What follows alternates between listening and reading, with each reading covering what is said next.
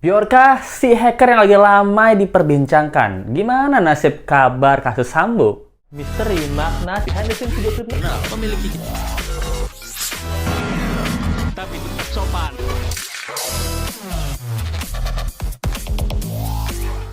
Hai, apa kabar? Kembali lagi di Let's Go. Apa kabar kalian semua? Semoga kalian baik-baik aja.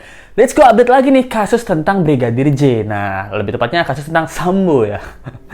Karena sekarang tuh lagi rame banget hacker Bjorka. Awalnya sih Let's Go ngomongnya Bjorka.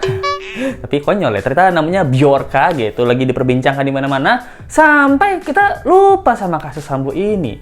Nah, apa aja sih yang Let's Go mau bahas kali ini? Nah, yang pertama adalah rekening dari para ajudan itu yang ternyata dibuatin sama Putri Chandrawati. Buat apa? Buat transfer duit biar nggak ketahuan ya. Lu selingkuh.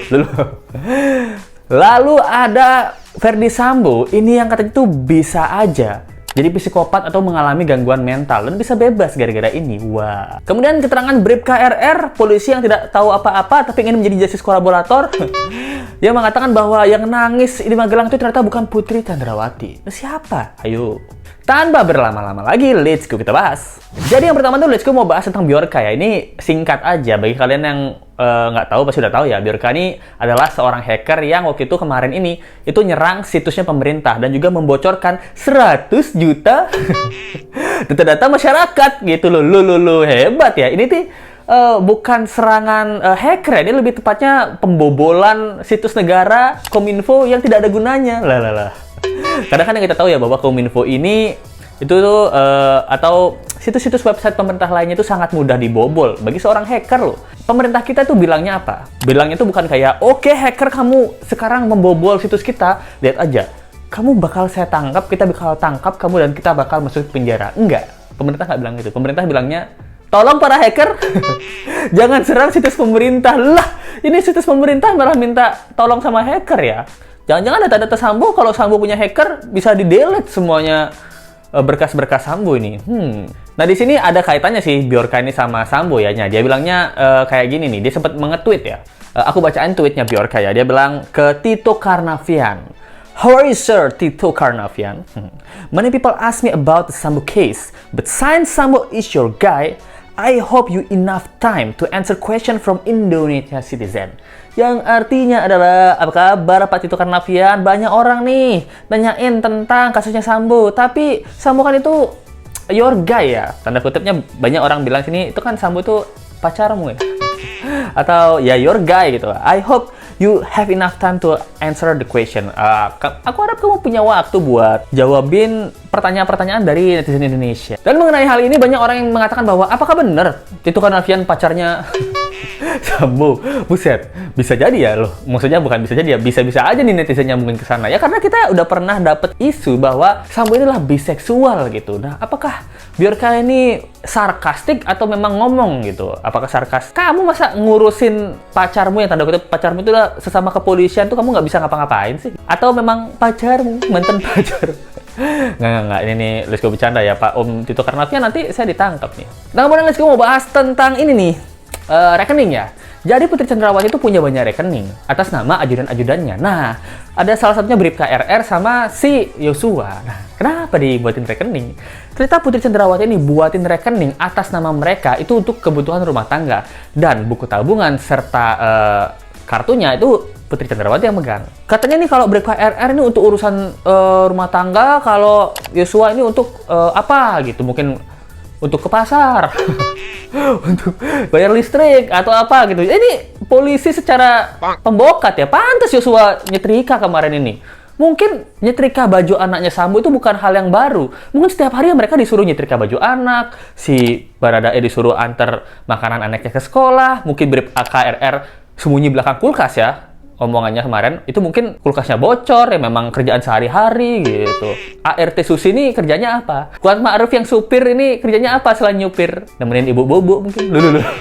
Ya itu kan karena katanya di Oliva ya, dia ada hubungan spesial itu. Nah ini kaget ya, karena buat apa para ajudan ini punya nomor rekening atau nama rekening dari masing-masing ajudan, tapi uang itu bukan buat mereka, tapi buat urusan rumah tangga gitu. Kita juga berpikir bahwa apakah ini adalah salah satu indikasi pencucian uang gitu, karena Ya gaji polisi sebenarnya sih kalau menurut undang-undang ya itu nggak gede-gede banget. Mungkin sekitar 30 juta atau 60 juta atau ya paling mentok-mentok mungkin 80 juta lah.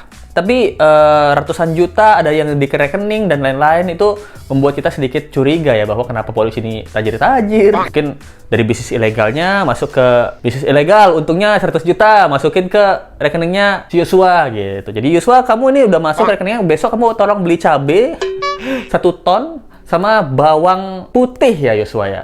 Buat apa Bu? Buat masak? Enggak, buat Kuat Ma'ruf berendam. Kayak wibu soalnya bau bawang. Loh. Ya bisa jadi ya itu. Apa ini maksud dari Putri Chandrawati ini? Gitu. Tapi dia bilangnya cuma itu buat kebutuhan rumah tangga ya. Ini sangat-sangat janggal. Dan apakah ini mau diselidiki oleh kepolisian? Mungkin Let's Go ngerasa enggak ya, karena kayaknya sih kepolisian lainnya juga melakukan hal sama ya. Makanya ya saya juga gitu kok. Kamu semua ajudannya kamu kasih rekening untuk keperluan sehari-hari. Iya betul. Ya saya juga jenderal lainnya juga sama. Mungkin di lingkungan kepolisian ini bukan hal yang aneh ya, cuman kita aja yang masyarakat biasa ini baru tahu gitu. Baru tahu ternyata kita nih dibodoh-bodohi. Loh. Menurut undang-undang gajinya 90 juta, tapi aslinya ratusan juta. Lah bisa jadi. Kemudian ini nih Bribka RR nih, katanya dia mengaku bahwa yang menangis di Magelang itu bukan Putri Chandrawati. Nah, siapa ya? Nah, ternyata dia baru mengakui bahwa yang menangis pada saat di Magelang itu malah Susi. Dia bilangnya bahwa ya yang di Magelang menangis saat kejadian tersebut adalah Susi ART dari Ibu Putri Chandrawati. Bahkan ternyata Ibu Putri itu katanya tuh nggak nangis. Nah, Susi yang nangis. Kenapa ini? Ini menurut keterangan dari pengacaranya kuasa hukumnya si Bribka RR, dia tuh bilang bahwa ini nih Bribka RR nggak tahu nih penyebab Susi menangis gitu. Malah heran ya, yang diperkaos itu Ibu PC, yang nangisnya Susi gitu. Apa mungkin Susi ini punya cinta terpendam sama Yosua ya? Jadi dia nangis gitu melihat Yosua terfitnah. Nah, bisa jadi ya.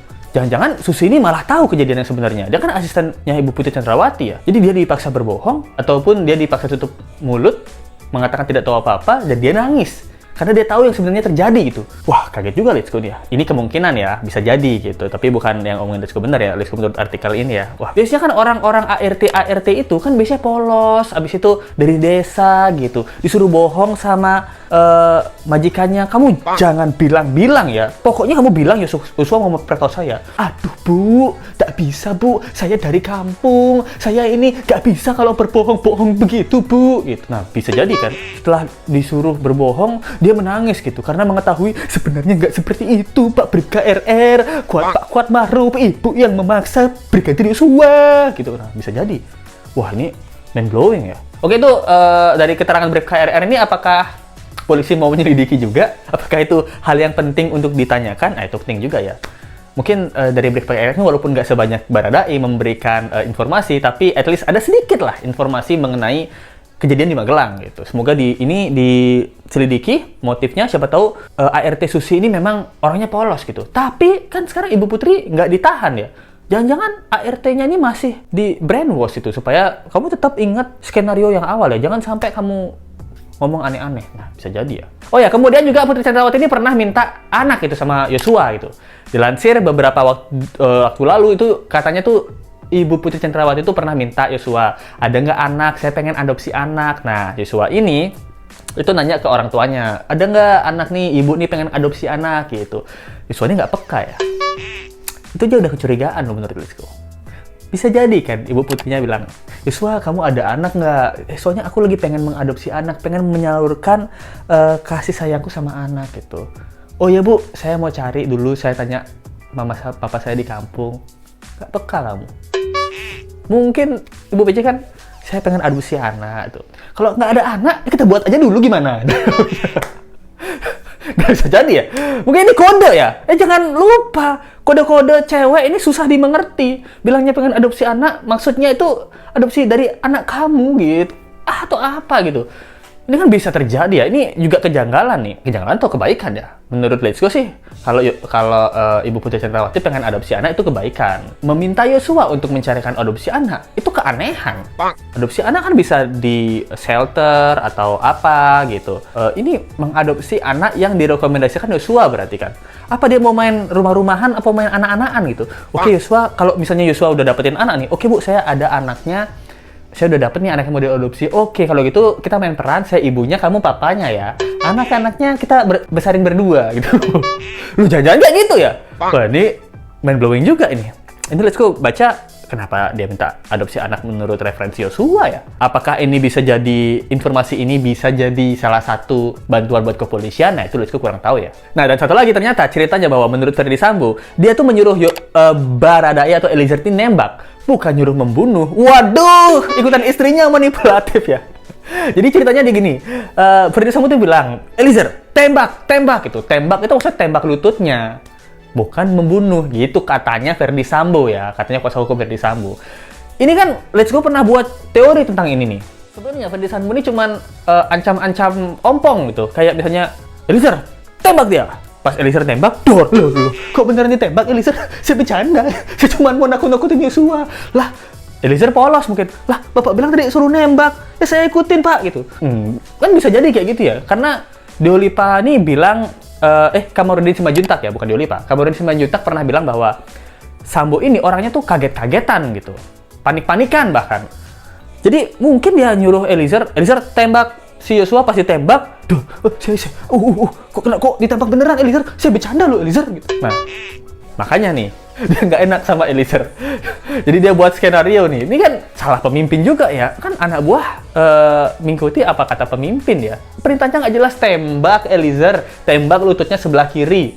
Jelas dong. Mungkin kepolisian tuh kalau kita lihat yang pelang-pelang razia terus mintain uang, jangan-jangan omongan dari atasan-atasan itu nggak jelas. Tolong kamu adakan razia. Ternyata adakan razia, setelah dirazia harusnya dikasih surat tilang. Oh, sama polisi adakan razia aja. Kalau mau diambil langsung bisa pak, tapi 100.000. Iya, balikin lagi STNK-nya. Mungkin anak buahnya yang salah tangkap jadinya kayak seperti itu ya. Ya, itu sih menurut Let's Go update, perkembangan update-nya dari kasus Brigadir J ini. Menurut kalian ini gimana nih? Dari beberapa hal yang Let's Go omongin ya, yang Let's Go paling lucu tuh adalah satu, minta anak. Itu tuh aneh tuh. Aneh, minta anak itu aneh gitu. Apa di kode apa gimana nih?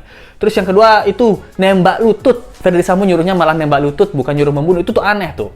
Sisanya ya itu ya, ajudan-ajudan jadi babu gitu atau pembokat gitu, ngurusin rumah tangga atasannya. Itu Let's Go nggak tahu ini aneh apa nggak. Jangan-jangan seluruh jenderal di kepolisian melakukan hal yang sama. Ya, kita aja nggak tahu selama ini gitu mungkin.